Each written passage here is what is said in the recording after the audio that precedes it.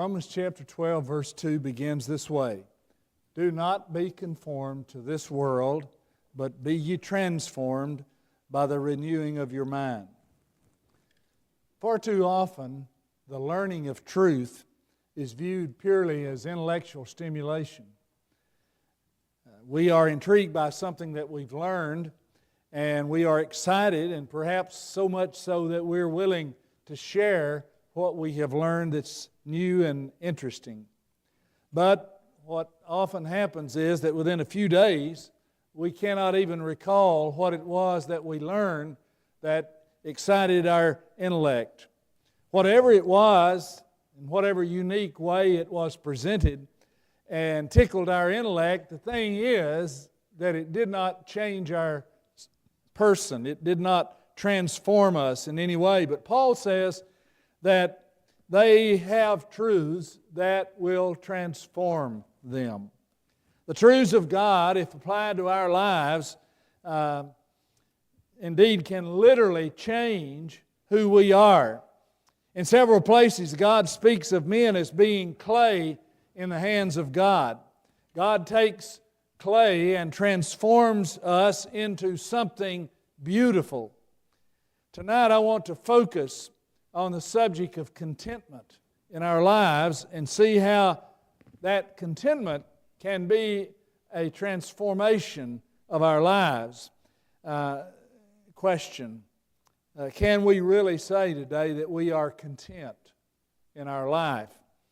Too many of us, I think, are discontented because we have lived in a society where we have been taught to be discontented. We are taught to say to ourselves, well, you deserve more than that, or you don't deserve that, or we say, well, that just isn't fair, or what about my rights? And all of those things contribute to being driven in our society by discontent. We're not happy with things as they are. But Paul wrote by way of contrast in Philippians 4, saying in verse 11, I have learned to be content in whatever circumstances I am. Now, although contentment in life can deal with more than money, it is too often our biggest problem. Most of us wrestle every day with what I call the monster of more. It's that insatiable appetite that our hearts seem to have one more acquisition or one more purchase or one more upgrade of whatever thing or device we might have or one more decimal point to describe what our wealth is. It's the monster of more is a deadly disease that we too often happen, and when it strikes, sadly, sometimes that 3-year-old car that's running well is not what it should be, and it becomes an embarrassment to us, and so we want more. And when the disease strikes, we usually have absolutely nothing to wear, and yet we have 4 or 5 closets in the house that are full of things to wear, but we don't have anything to wear. There is a book that was written by a man named Michael Lewis about a man named Jim Clark. It's called The New Thing. It's about high-tech startup companies in the Silicon Valley in California, and it focused on Jim Clark, who built and sold 3 billion-dollar businesses. And it tells of a time when Clark said that he would have been happy to have had $10 million. And then later he said no, he would be content when he had reached the $100 million mark. And then finally he said that he would be glad and happy and content if he could reach $1 billion after taxes. And so at the end of the book, he writes this. He says, no matter how well Jim Clark does for himself, it's always 2 a.m. in his heart, and he's lying awake thinking about what he doesn't have.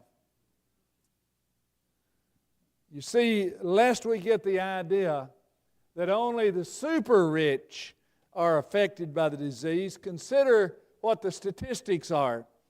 That is, that people who buy lottery tickets are not the super rich. And those who load up a half a dozen credit cards are not the super rich. And lower income and middle income people also catch the disease of discontentment as well. I know I don't fall in the category of the super rich, but I have way too much discontentment.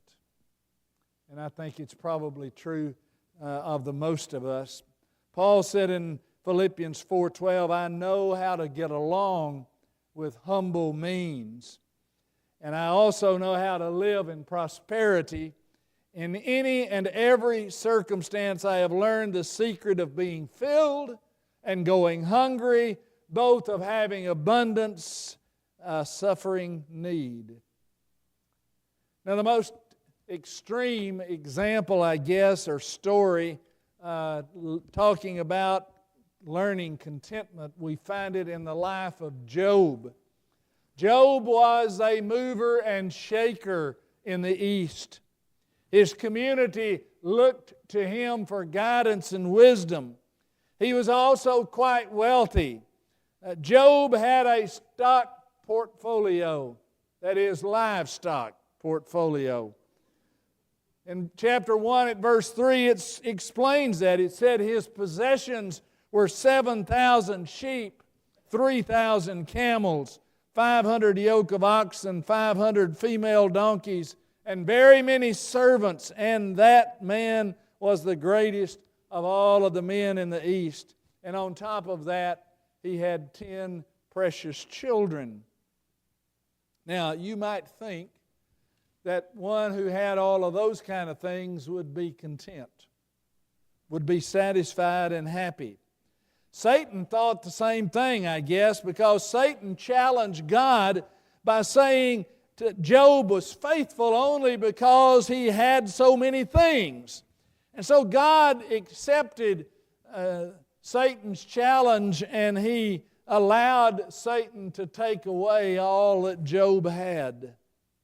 Imagine, one morning you get up, it seems like every other morning, you're happy, the sun's shining, and you know what your tasks are for that day, and you're going to get out there and get busy and have all of that accomplished, and someone comes rushing up to your house and tells you that all of your livestock have been stolen or consumed by fire from heaven, and a tornado has hit your children's house and killed all 10 of them because they were at a time celebrating a birthday. Those are the kind of things that we kind of understand. But I can't help but think just a few years ago that a father came home to find out that his wife had drowned all of their children in a bathtub out in Houston area. You know, what kind of day is that? Your family's all dead. Everything you have is gone. There's no insurance. There's no hope. There is nothing left. And no doubt when you see all of those things, things would get deathly quiet. And you think to yourself, what is this? What can I say?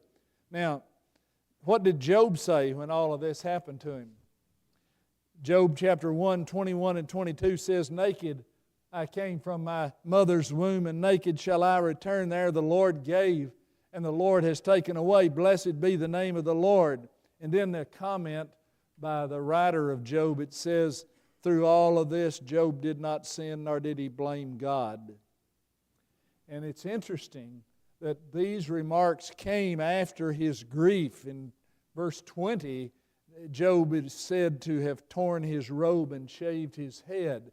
He was grieving greatly over all of these things, and yet at the end of his grief, he had the courage to speak up and say, the Lord gave, the Lord taketh away, blessed be the name of the Lord. I want to tell you, he understood contentment. Now, how do we react? Well, we have a bad hair day. And we get sick. We lose our job. We immediately wonder why God has deserted us.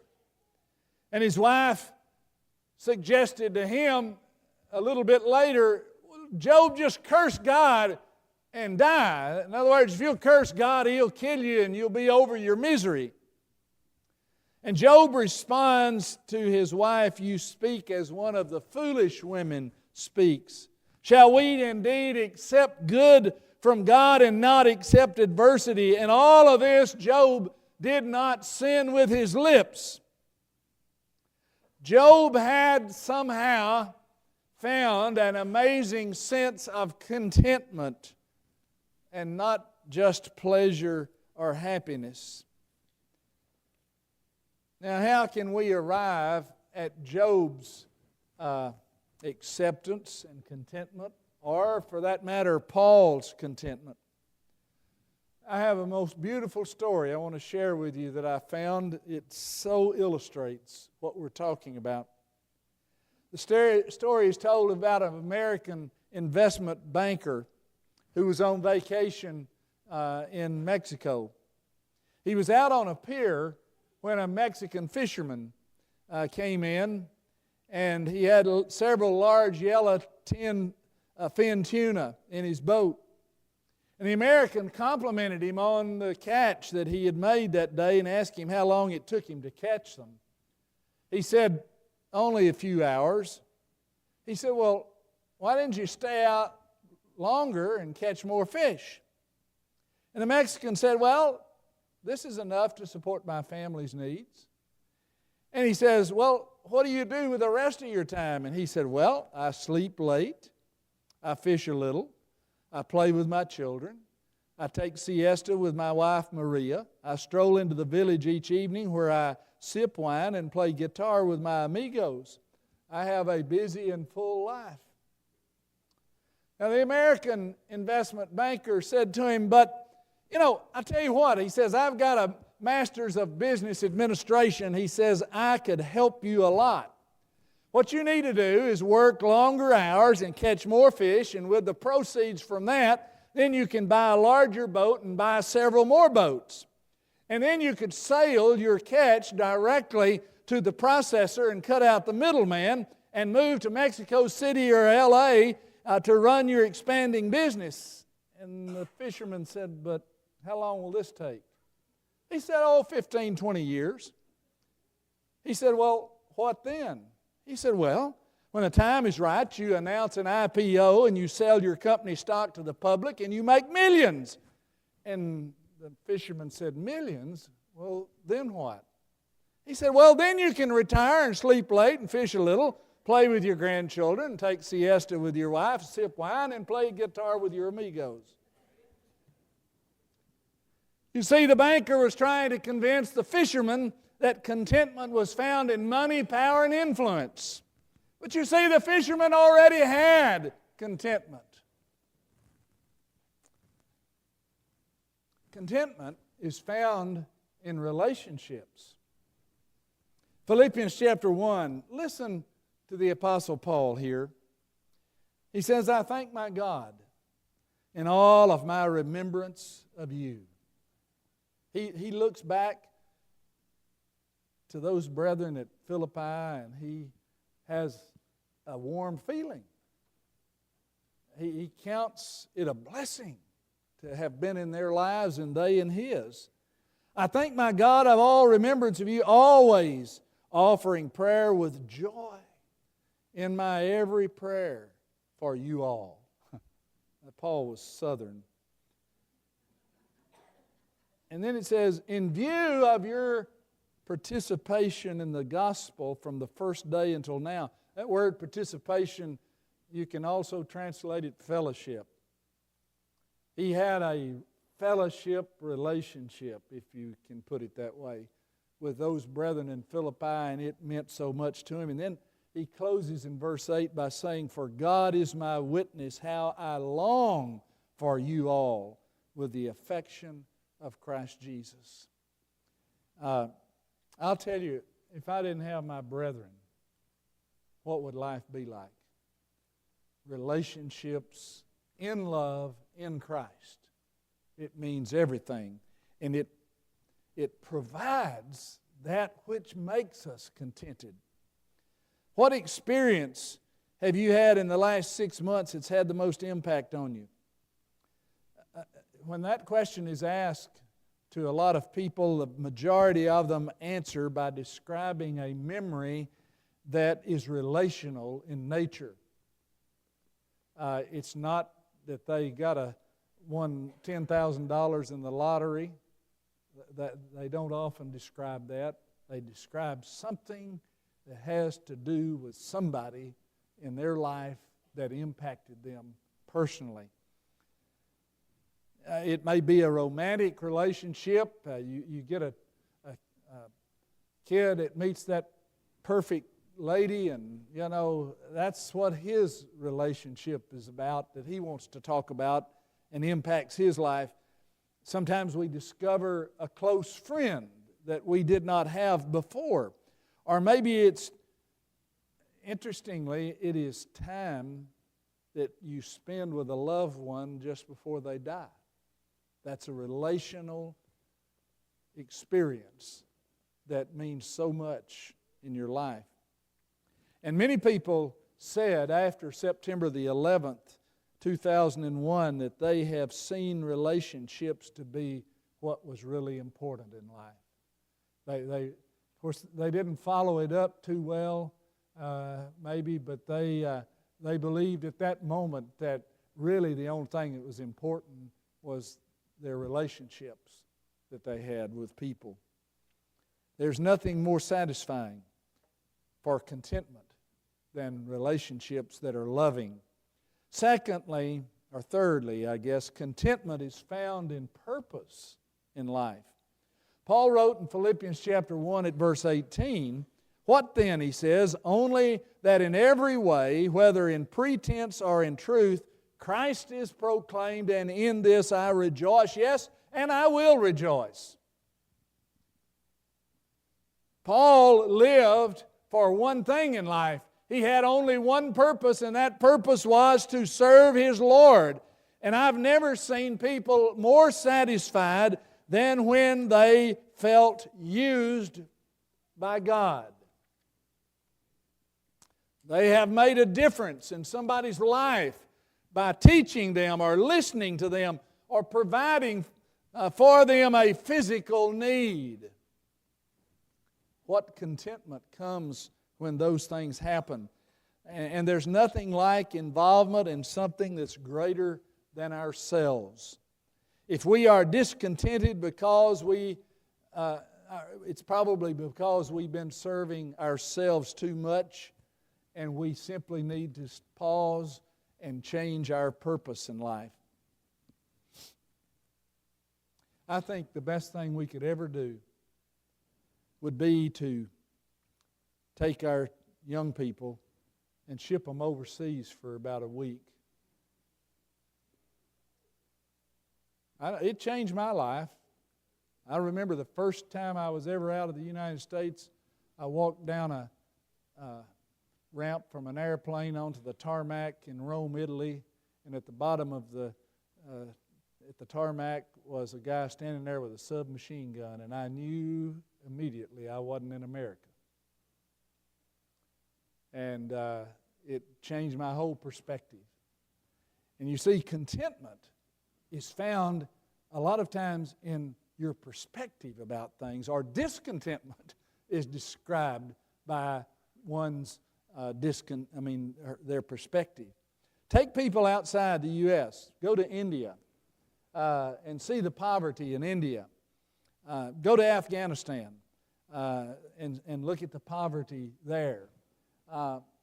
Go to Juarez, Mexico.